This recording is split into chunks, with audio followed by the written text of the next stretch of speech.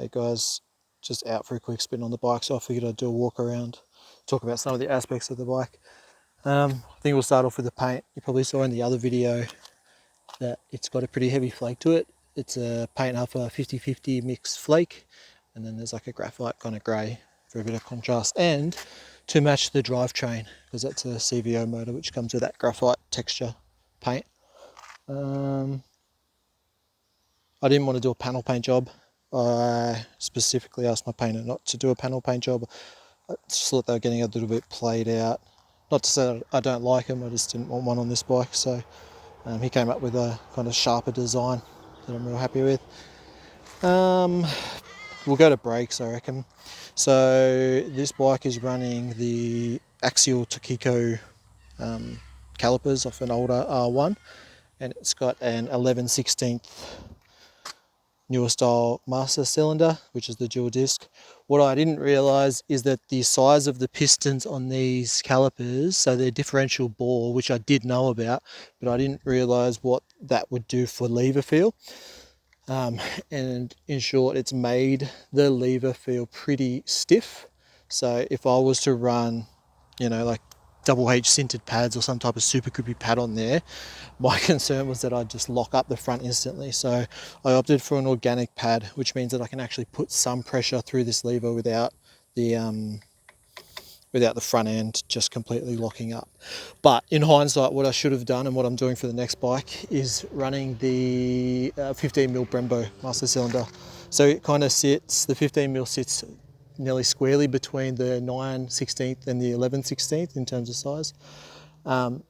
And it would give a little bit better feel. I rode a mate's bike that had like normal size calipers with the 11/16 master, and it was perfect. So yeah, I guess that's a lesson learned. Fork wise, the fork's obviously leaps and bounds ahead of regular kind of 39mm. However, they're probably not like super high performance forks.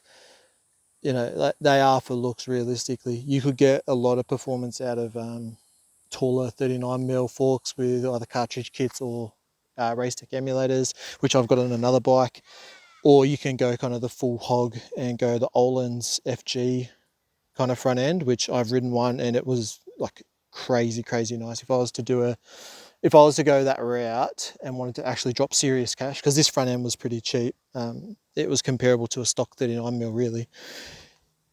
If I was to drop crazy cash, I'd be going the Öhlins route over kind of a hopped up 39mm. But motor wise, it's a stock CVO 110 motor. It was basically brand new. It's got a Mikuni HSR 45 carb, Mikuni manifold.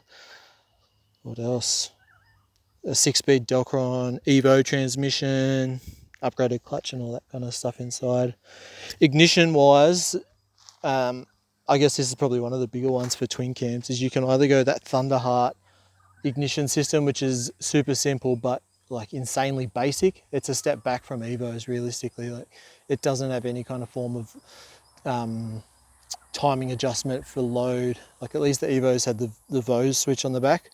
That Thunderheart ignition is purely RPM based ignition switches.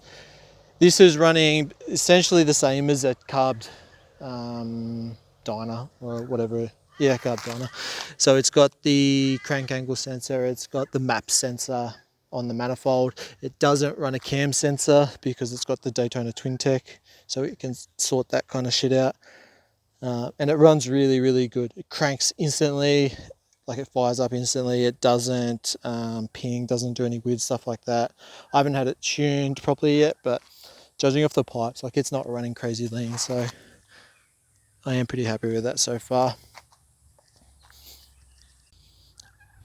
Gearing wise, this is probably another lesson learnt.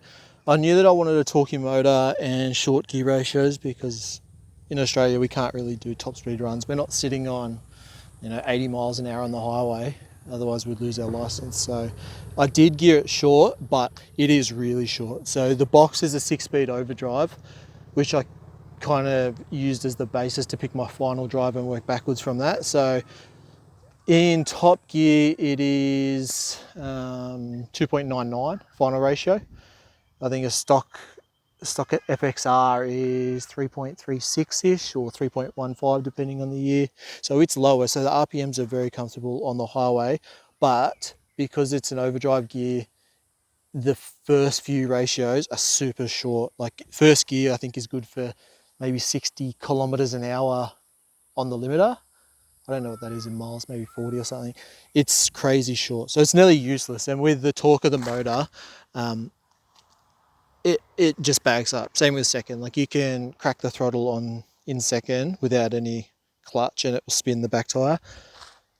That's also compounded by the fact that the throttle on it is a quick action quarter turn throttle.